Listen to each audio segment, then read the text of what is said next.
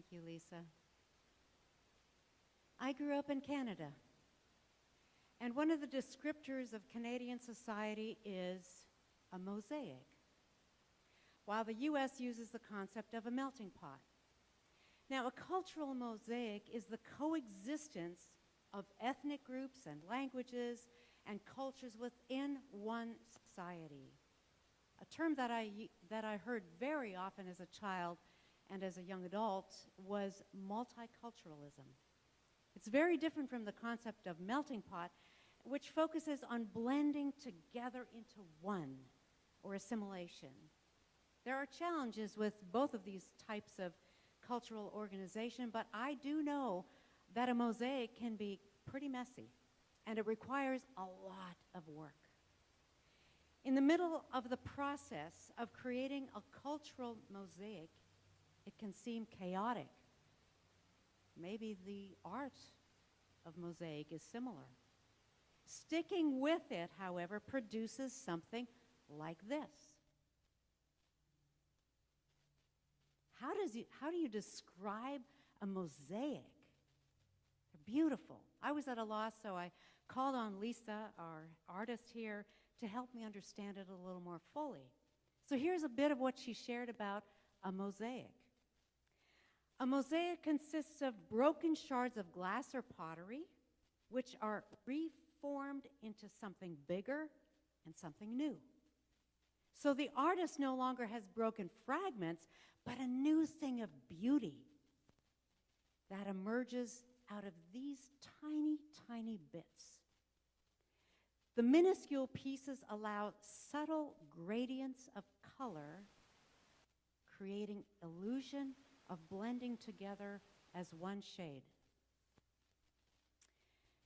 So there are many things that I find fascinating about a mosaic. It consists of jagged pieces of glass, that's one thing. But it's also that something broken can result in stunning pieces of art. Though each piece retains its distinctive shape and color, together with other shapes and colors, a completely different whole comes to being. This is what a layperson like myself would call a relatively neat mosaic, one where forms and structures are visible.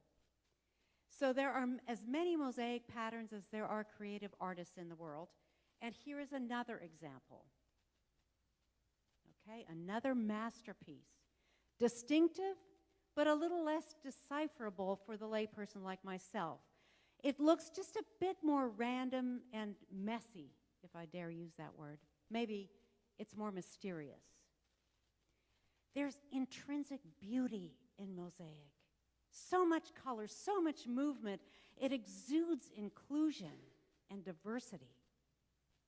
In a mosaic, there is room for every shape, every color, placed into systematic or asymmetrical patterns. Light and dark, jagged and smooth, it's all there. Think about your life. Does it resemble a mosaic, or is it more like an orderly, well-defined picture? Now be honest. I have to say that mine is a whole lot more messy at any point in time than it is predictable. When you reflect on the words that Lisa read from Psalm 34, you'll find these words, among others: praise, oppressed; glad, fear, shame, poor, troubles; happiness, cry, brokenhearted; rescue, crushed. How on earth does that fit together in a short text out of an ancient scripture? It seems so random, almost illogical. Listen to them again, and now imagine yourself experiencing any number of these over the course of, say, a month.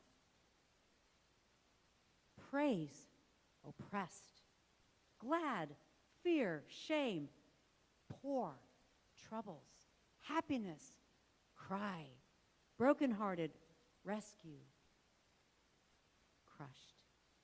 It's all there. Grief, gift, and grace. We perceive life as turbulence more often than a day of smooth sailing on a waveless sea. But from somewhere, maybe from culture, or from outside messages of positivity, from flawless images that we see on our screens, from somewhere, we pick up the message that life is placid and calm, if we live it correctly. Well, I'm here to assure you that this doesn't happen. All Saints' Day recurs annually to let us know that there is birth and death, growth and loss, happiness and suffering. It is a part of our human experience. Communion, the reflection on Jesus' life and death and resurrection, is a picture of that if there ever was one. It's not a high-gloss photo showing only smiles and victories. Yes, we have those, but we most certainly have times of darkness and struggle.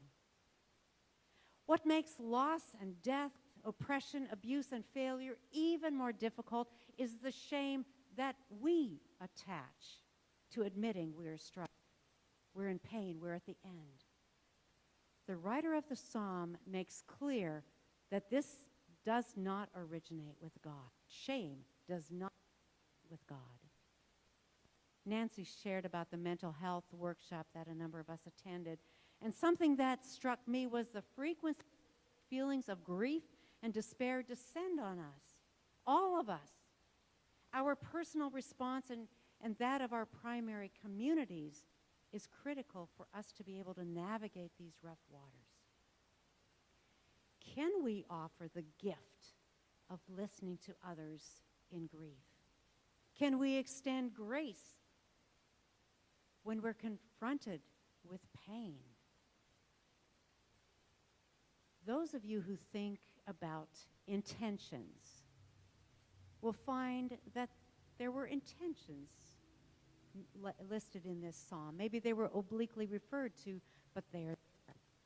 The scripture is filled with intentions like this: I will, I sought, call out, cry out, seek refuge, and so on. Since we cannot often change the shape and the texture and the color of our personal mosaic, we can change how we respond to it, how we see that mosaic. We can see beyond and through that mosaic to a steadfast aim. It may feel statements such as, let the oppressed hear and be glad, or those who look to God are never covered with shame. Think of these as intentions fixed on overarching truths over time rather than immediate absolutes. Speaking in intention is essentially taking ourselves by our own shoulders and saying, listen here, where do I want to place my focus? Is there something to thank God for? Where have I experienced being freed from fear? God is here in this pain, in this mosaic with me. And we can also ask the question, is there someone with whom I could share this load because it's become too heavy for me? This shift will change our mental and our physical well-being more than we may think. It's like turning on a light on that mosaic, welcoming it in all of its messy beauty rather than resisting it. There's a thread that runs through Psalm 34. It's the presence of God. The focus is God. God is sought, looked to, cried out to. God is portrayed here as responsive, as listening. He is also portrayed as the one who comforts. What we do peripherally is valid and very valuable, like this morning. Remember, ritual, words of memory, acknowledging grief. Where we head in that grief is critical. We're immersed in an immediate culture where we assume an answer or a change will come instantly, kind of like ordering a coffee at a Starbucks drive-thru, and we move a few feet, and then we drive up to the window, and we retrieve our beverage immediately. Yeah, that's not how life is. A mosaic doesn't fit together quickly. An artist will tell you that.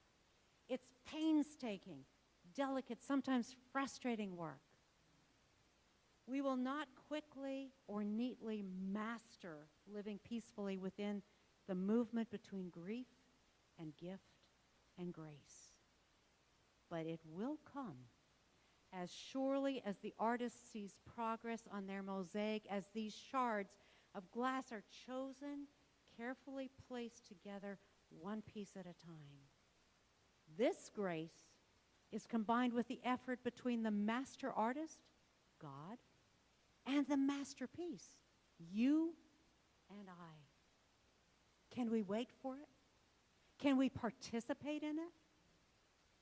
Sometimes we have no choice but to wait. Participation isn't even an option.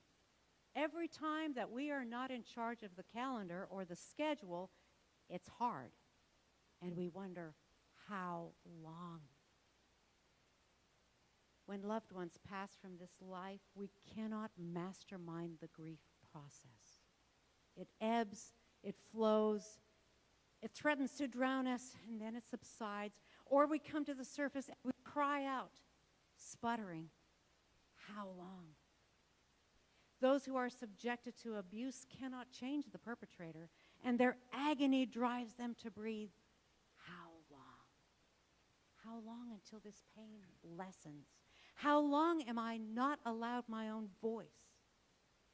Those who are ill cry out. How long is it going to take until this treatment takes effect? How long, oh God? I encourage you to sink into the peace of knowing that God, our master artist, is also the one who comforts the brokenhearted, who adjusts the design of the mosaic, who sets those who've been marginalized and silenced free. As we look back, as we tend to do during this time of gratitude, as we look back, we will see this design, maybe partial, maybe just begun, but that design of that mosaic is visible. This grief, the gift, and the grace of it. May it be so.